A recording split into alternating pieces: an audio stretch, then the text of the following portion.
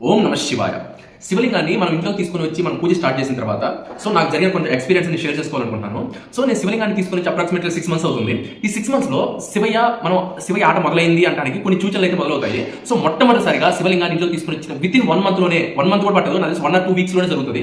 ఎవరైతే మనతో మంచిగా నటిస్తూ ఉంటారు, చెడు ఉద్దేశం ఉండి మంచిగా నటిస్తూ ఉంటారో, మన ఎదుగుదలను ఎవరైతే ఓర్చుకోరో వాళ్ళైతే ఖచ్చితంగా మొదలు చేసే పని అదే. ఆయన ఖచ్చితంగా వాళ్ళని మన నుంచి దూరం చేస్తారు. అది జరిగింది అంటే ఖచ్చితంగా ఎవరైతే శివలింగాన్ని ఇంట్లో తీసుకుని వచ్చారో ఖచ్చితంగా నోటీస్ చేయండి.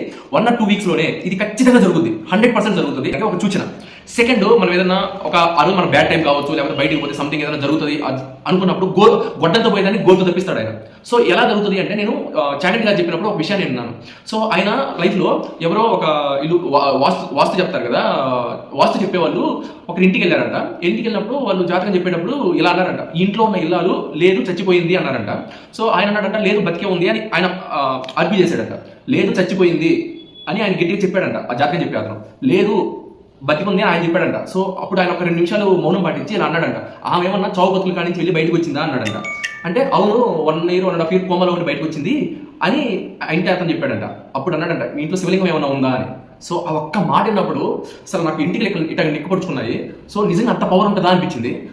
తర్వాత నాకు జరిగిన ఎక్స్పీరియన్స్ ఏంటి అంటే, శివ అని మా తమ్ముడు ఒక అతను ఉన్నాడు, మా బాబాయ్ మా పిన్నం కొడుకు. నా ఫ్రెండ్స్ ఎవరైతే ఉన్నారో వాళ్ళు తెలిసి ఉంటుంది. శివ అంటే మా ఊరు అబ్బాయి, మా పిన్నం కొడుకు.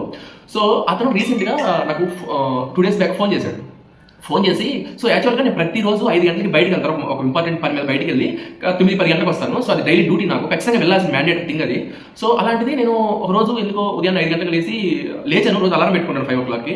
లేచాను, కాకపోతే బాడీ సహకరించలేదు. బాడీ సహకరించక పడుకున్నాను. నా వద్దులు ఈరోజు మంచిగా కనిపించట్లేదు, బాడీ పెయిన్ సరిగా వర్కౌట్ అవ్వట్లేదు, బాడీ సరిగా సపోర్ట్ చేయట్లేదు అని చెప్పేసి నేను పడుకున్నాను. పడుకున్న తర్వాత మళ్ళీ 8 గంటలకు లేచాను, బాడీ పెయిన్స్ ఏం లేవు, మళ్ళీ నార్మల్గానే ఉంది బాడీ. ఎందుకు నేను ఈరోజు పోలేదు, ఎందుకు నేను పోలేకపోయాను అని చాలాసార్లు క్వశ్చన్ చేసుకున్నాను. నాకు అర్థం కాలేదు ఎందుకు వెళ్ళలేకపోయాను అనేది. లేచుకున్నాను, పూజ చేసుకున్నాను, అంతా బాగానే ఉంది. కాకపోతే ఎందుకు నేను రోజు వెళ్ళామని ఈరోజు ఎందుకు వెళ్ళలేకపోయాను అనేది నాకు బాగా మైండ్ నుంచి పోలేదు. ఆ విషయం ఆ థింగ్ మైండ్లో అంత అలజడిగా ఉంది. 11 గంటలప్పుడు శివ అని ఫోన్ చేశాడు, నా పిన్నమ్మకుడు మా తమ్ముడు. ఫోన్ చేసి, అన్న నేను ఒక విషయం, నాకు రాత్రి కల వచ్చింది, ఒక విషయం నీతో షేర్ చేసుకోవాలనుకుంటున్నాను అన్నాడు. ఏంటిది అన్న నీకు యాక్సిడెంట్ అయ్యి నీ తలకి బద్దలుగా పగిలిపోయినట్టు నాకు కల వచ్చింది. ఉదయాన్నే ఫోన్ చేయడం నాకు మంచిగా అనిపించదు, అందుకని ఇప్పుడు ఫోన్ చేస్తున్నాను అన్నాడు. అస్సలు తెలుసా, మైండ్ షాక్. నాకు ఎందుకు నేను బయటికి వెళ్ళలేకపోయాను, ఈరోజు ఎందుకు బయటికి వెళ్ళలేకపోయాను అనేది నాకు ఇప్పుడు ఆన్సర్ దొరికింది అనిపించింది. అంటే అన్న నేను నిద్రలో ఏడుస్తున్నాను, గుల్లెక్కులు పెట్టి. నాకు చాలా మంది కళ్ళు వచ్చాయి, కాకపోతే ఎవరి విషయంలో నేను నిద్రని ఆడలేదు, నీ విషయంలో నేను ఏడుస్తున్నాను, ఎందుకు అర్థం కాలేదు. సంథింగ్ రోడ్డు ప్రమాదానికి నువ్వు ఒక బండి వేసుకుని బయటికి వెళ్ళినప్పుడు నీకు లారీ కొట్టేసి తలకాయ పగిలిపోయింది అన్న కళ్ళు వచ్చేసింది. ఆ నిద్రలో అసలు తట్టుకోలేదు ఆ ఎమోషన్ని, భయంకరంగా ఏడుస్తున్నాను నేను అని 11 గంటలప్పుడు ఫోన్ చేశాడు. అప్పుడు అనిపించింది శివయ్య ఆట మొదలైంది అని. నిజంగా నేను ప్రతిరోజు ఉదయం 5 గంటలకు లేచి బయటికి వెళ్ళేవాడిని. ఆ రోజు ఎందుకు వెళ్ళలేకపోయానా అన్న మైండ్లో ఉన్న కలజడికి నాకు ఆన్సర్ అప్పుడు మా తమ్ముడు ఫోన్ చేసినప్పుడు తెలిసింది. శివయ్య ఈ రోజు బయటకు పోవడానికి లేదు అని ఆయన అడ్డం పెట్టాడు అని నాకు అప్పుడు అర్థమైంది. అసలు కోఇన్సిడెంట్ తెలుసా, మా తమ్ముడు ఫోన్ చేసి ఇలా జరిగిందన్న, ఇలా కలొచ్చిందన్న. అంటే నేను నమ్మను పెద్దగా కళ జరుగుతుందా లేదా అనేది నాకు తెలియదు వాస్తవంగా.